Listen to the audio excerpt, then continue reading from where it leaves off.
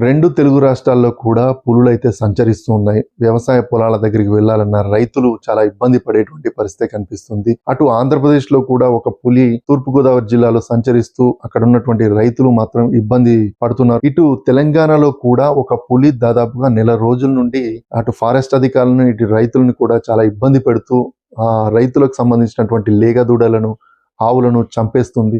కొన్ని లేగదూడలను ఎత్తుకెళ్ళిపోయి తినేస్తుంది.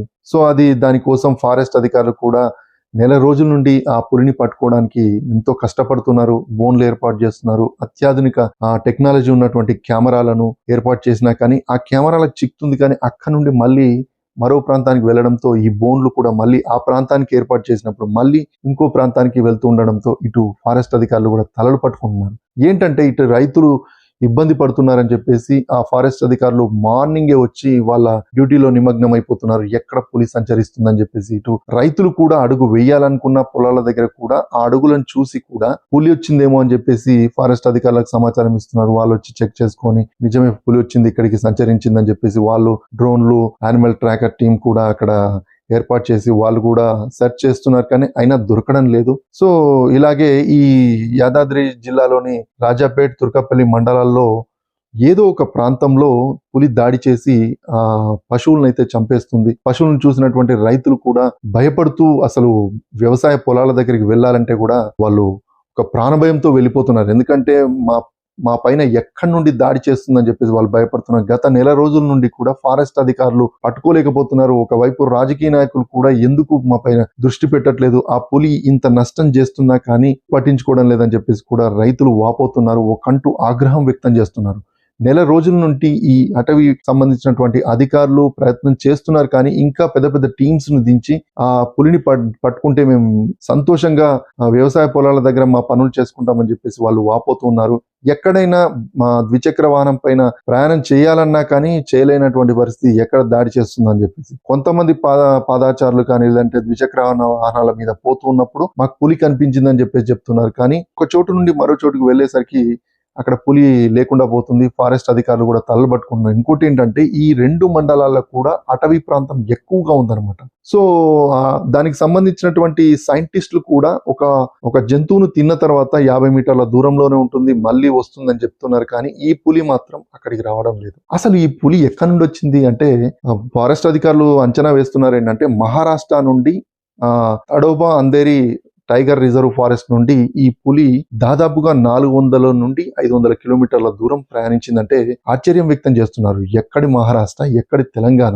మహారాష్ట్ర నుండి ఆసిఫాబాద్, కరీంనగర్, అటు సిద్దిపేట్, ఇటు జగదేపూర్, దౌలాపూర్ ఇట్లా గ్రామాల మీదుగా రాజాపేట్ మండలానికి ఎంటర్ అయింది. అక్కడ రాజాపేట్ మండలం నుండి తుర్కాపల్లి మండలంలోకి ఎంటర్ అయింది. అలాగే కేసీఆర్ వ్యవసాయ క్షేత్రం దగ్గరలో ఉన్నటువంటి గ్రామాల్లో కూడా సంచరించి నిన్న అందిన సమాచారం ఏంటంటే పులి వెళ్ళిపోతుంది, మళ్ళీ తన దారిలో వెళ్ళిపోతుందని చెప్తున్నారు.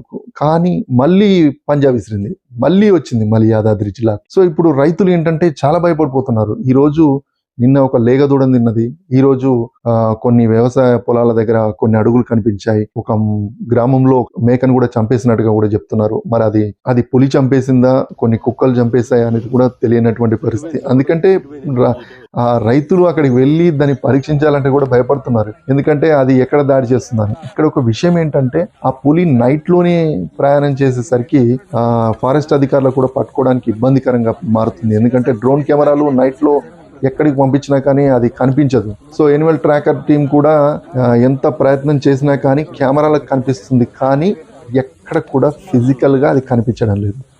సో అదొక పెద్ద సమస్యగా మారిపోయింది. సో ఈ అటవీ కూడా పెద్దగా ఉండేసరికి, సిబ్బంది కూడా చాలా తక్కువ ఉండేసరికి ఈ అటవీ ప్రాంతాన్ని కూడా జల్లెడ పట్టాలంటే దానికి తగ్గట్టు బోన్లు కావాలి. ప్రతి గ్రామంలో కూడా ఒక బోన్ ఏర్పాటు చేయాలి. కానీ అన్ని బోన్లు మన దగ్గర లేవు. సో ఫారెస్ట్ అధికారులు కూడా ఎంత వీలైనా త్వరగా దాన్ని పంపించాలనుకుంటున్నారు, కానీ అది మాత్రం వెళ్ళడం లేదు.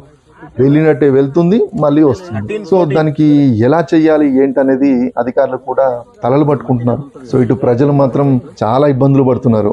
అసలు గుంపులుగా వెళ్ళాలి అంటే కూడా సాధ్యం కానటువంటి పరిస్థితి. సో కర్రలు పట్టుకొని పోవడం, లేదంటే అది కూడా అత్యవసరం. ఇంతకుముందు వ్యవసాయ పొలాల దగ్గర ఒక్కరైనా ఉండేవారు. ఇప్పుడు ఒక్కరు ఉండాలంటే, వాళ్ళు వెళ్ళాలంటే కూడా భయపడేటువంటి పరిస్థితి కనిపిస్తుంది. సో వీలైనంత త్వరగా రాజకీయ నాయకులు కూడా ఇతర మహారాష్ట్ర నుండి కానీ లేకపోతే ఈ ఫారెస్ట్ కు సంబంధించినటువంటి పులులను చూసేటువంటి ఆ అటవీ శాఖకు సంబంధించినటువంటి మరింత టెక్నికల్ టీమ్ ను కూడా పంపించి ఈ పులి జాడలను కనుక్కొని ఈ పులిని త్వరగా పట్టుకొని దాన్ని సేఫ్ గా పంపించే ప్రయత్నం చేయాలని చెప్పేసి కూడా ప్రజలు కోరుకుంటున్నారు. ఎక్కడైనా మరొకసారి చెప్తున్నానంటే పులి పైన ఎప్పుడు కూడా దాడి చేయకండి, పోవట్లేదని చెప్పేసి కూడా దానికి మత్తు పదార్థాలు, వలలు, కరెంట్ షాకులు పెట్టకండి. ఎందుకంటే 2-3 వీడియోలు చేసాం, ఆ 2-3 వీడియోలో కూడా చెప్పాను. సో కాబట్టి మీరు ఎట్టి పరిస్థితుల్లో కూడా దాన్ని అటాక్ చేయకుండా, మనకు నష్టం జరిగింది అనుకోండి, మనకు నష్టం జరిగింది కాబట్టి దానికి సంబంధించినటువంటి అధికారులు నష్టపరిహారం ఇస్తారు, బాధపడవద్దు. కానీ వ్యవసాయ పొలాల దగ్గర పంటలు ఎండిపోవడం లేదంటే ఇవన్నీ జరుగుతున్నాయి కాబట్టి మీ ఆగ్రహాన్ని కూడా